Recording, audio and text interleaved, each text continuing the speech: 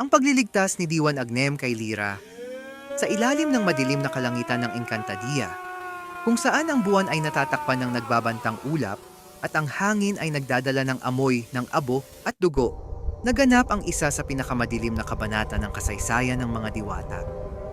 Mabihag si Lyra. Hindi ito basta pagkakahuli. Ito ay isang planadong pag-agaw. Sa gitna ng kagubatan ng mga lumang puno, kung saan ang mga ugat ay tila may sariling buhay, at ang lupa ay may alaala ng libu-libong digmaan, doon siya tinangay ni Hagorn, ang Panginoon ng itim na apoy. Ang kanyang mga mata ay nag-aalab ng kasiyahan habang kinakaladkad si Lyra, na halos wala ng lakas, duguan, at hirap huminga. Ang lupa mismo ay tila umuungol sa bawat hakbang ni Hagorn. Ngunit hindi siya nag-iisa. Sa malayo sa pagitan ng mga anino at liwanag, isang nilalang ang gumagalaw ng tahimik, isang diwang matagal nang itinuring na alamat lamang, si Agnem, ang huling nimfas. Ang huling nimfas si Agnem ay hindi tulad ng ibang nilalang ng Encantadia. Siya ay bunga ng sinaunang lahi. Ang mga nimfas, mga tagapangalaga ng balanse ng apat na elemento: tubig, hangin, lupa, at apoy. Lahat ay nakikinig sa kanyang tinig. Ngunit matagal na silang pinuksa. Isa-isa silang pinatay sa mga digmaang pinasimulan ng mga uhaw sa kapangyarihan.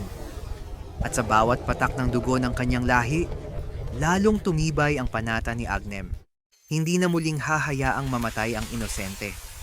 Nang maramdaman niya ang pagdurusa ni Lyra, isang alon ng sakit ang dumaloy sa kanyang puso. Ang lupa sa ilalim ng kanyang mga paa ay nanginig, at ang hangin ay biglang umikot sa kanyang paligid.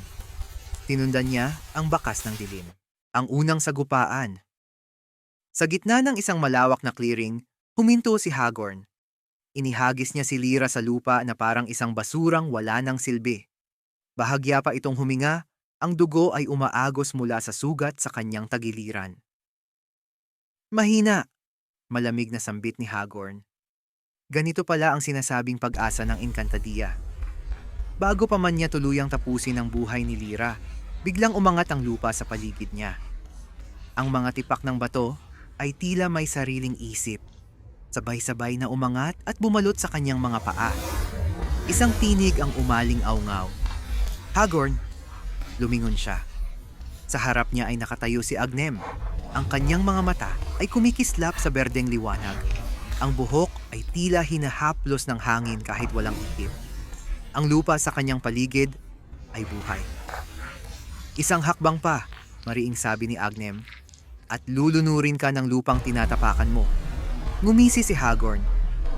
At sino ka para magbanta?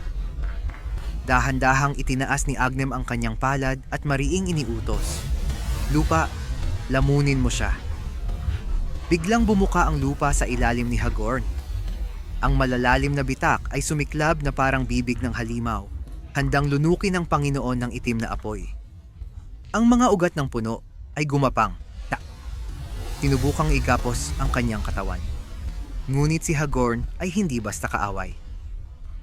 Isang pagsabog ng itim na apoy ang sumiklab mula sa kanyang katawan, tinunaw ang lupa, tinupok ang mga ugat, at siya ay tumalon palabas ng hukay na parang aninong nilamon ng apoy. Interesante, anya. Ano ka bang nilalang? Tumindig si Agnem, ang kanyang tinig ay puno ng galit at dalamhati. Ako ang huling nimfas, at pagbabayaran mo ang pag-ubos sa aking lahi. Apoy laban sa apoy, isang malakas na halakhak ang umaling-awngaw mula kay Hagorn. Isa ka lang alaala ng nakaraan.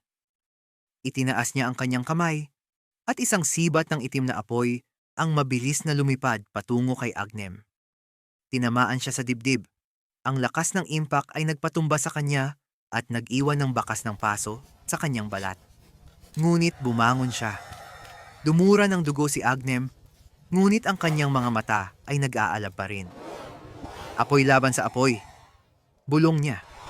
Binuka niya ang kanyang palad at isang apoy ang sumiklab, hindi itim, kundi kulay pula at ginto, buhay at may pulso.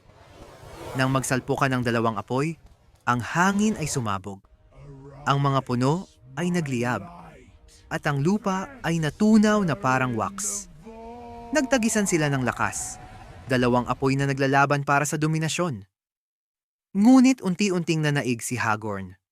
Ang kanyang apoy ay mas mabigat, mas madilim, mas gutom. Tinulak nito ang apoy ni Agnem pabalik hanggang sa siya'y muling mapaatras. Ang dambuhalang tubig. Hindi sumuko si Agnem. Sa isang sigaw, itinulak niya ang kanyang mga kamay sa lupa. Mula sa kailaliman, tumabog ang isang dambuhalang alon ng tubig. Isang sinaunang ilog na matagal nang natutulog. Nilamon nito si Hagorn, ibinagsak siya sa lupa at tinangay ang kanyang apoy. Saglit na naghari ang katahimikan. Ngunit mula sa loob ng tubig, isang pulang liwanag ang kumislap. Tumawa si Hagorn habang unti-unti siyang umaangat. Ang apoy ay muling sumiklab sa kanyang balat. Mahusay, aniya, ngunit hindi sapat. Sa isang kisapmata naglaho siya. At bago pa man makaramdam si Agnem ng panganib, naramdaman niya ang presensya sa likuran ni Lyra.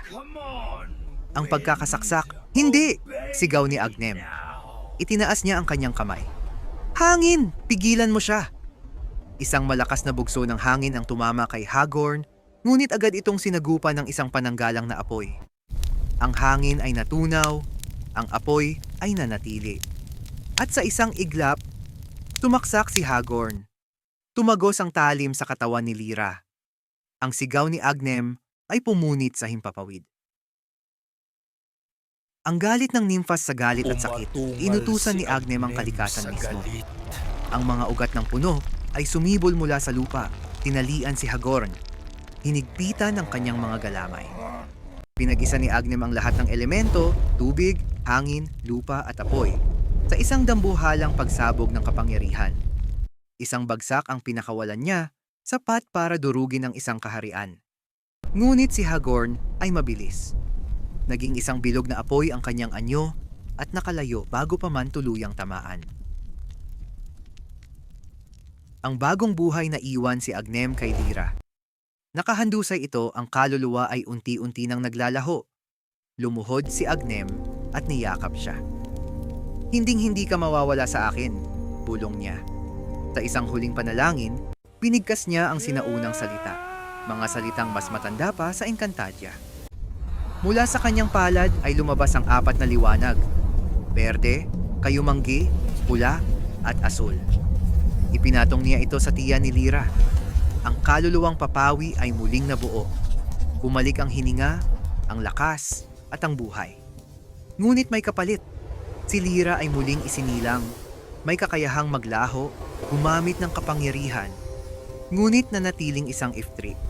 At sa dilim sa malayo, tumawa si Hagorn. Dahil alam niyang ang digmaan ay nagsisimula pa lamang.